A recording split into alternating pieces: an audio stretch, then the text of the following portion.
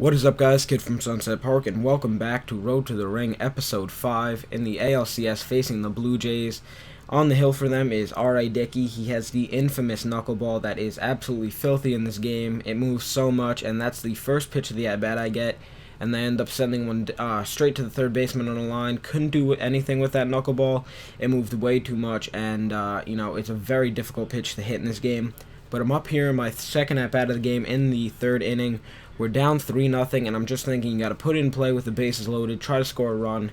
And I know he's going to go back to the knuckleball, but he left that one too far over the middle, and I sent it deep to left field, crushed it for a grand slam. And I was super excited when I was actually playing this game because I don't really do well against R.A. Dickey. This was, I think, my second home run against him ever. My first home was during the regular season, and I just barely made it over the wall, and that was a low knuckleball, and I golfed it. And this pitch was very, very easy to hit. The knuckleball didn't have a lot of movement, and he left it too far over the middle of the plate, and they made him pay. So I was really excited when I hit that. One of my few grand slams that I have in this game. I had a couple during the regular season, but CeCe's on the hill for us today.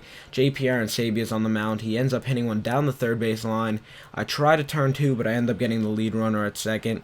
Couldn't really turn the double play there. I had to set my feet, so nothing too bad there. They end up getting out of the inning with no runs scored. I think they strand the runner at first, so it works out perfectly, and I'm racking up my skill points there in the bottom, as you can see. But I'm back up again in my third at-bat, and I'm thinking that, I'm probably going to get intentionally walked. Not saying that because I already know what happens, because usually in this game, majority of the time, if you hit a grand slam or hit a 3-run home run, they will intentionally walk you, especially in postseason games, what I've seen from experience. So I end up getting intentionally walked, my first intentional walk of the postseason, and nothing really happens. I cut out the running because it is really boring, but we're here again. They end up taking CeCe out. They bring Cody Epley in, pop fly. I end up making a pretty nice over-the-shoulder grab, looking like Willie Mays at third base, but should have made that play much simpler than what it actually was. So I'm back up again. They took out R.A. Dickey. The game is very close here in the 7th inning. They bring in Jeffries, and runner on first just trying to knock in runs. He throws a 12-6 curve, and I end up taking. That's one of the few pitches I take in this game. I don't really like to take pitches. I usually swing a lot. So taking that pitch was probably a benefit to me because I end up getting better pitches. I end up seeing better pitches, and I can get pitches that I actually want to hit. So it goes back to the 12-6 curve, and I drive one into the alleyway. And with the speed that I have been working on, I end up legging out a triple.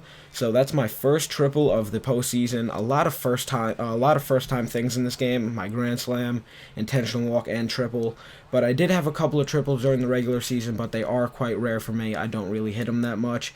I didn't really expect to leg out a triple here, so I have a home run and a triple. I'm looking for the cycle here.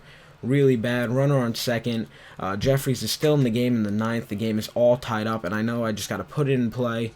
I'm looking for pitches to hit, and I end up falling in a hole here. I look at this two-seam fastball. I think it's going to be a pitch to hit, but it ended up being low and in.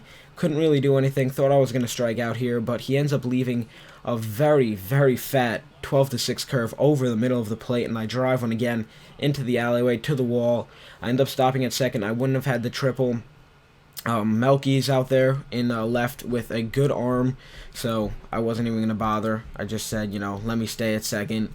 Anyway, I'm going to try to hit for the cycle, so I end up driving the run. I did my part, and we're up 7-6, so the game's looking up. We're in the 9th inning here, and I get the last out, basically, for me, the ground ball to me, get the runner out at first, and that's going to be the game. We end up getting out of the inning with no runs scored. We end up winning 7-6.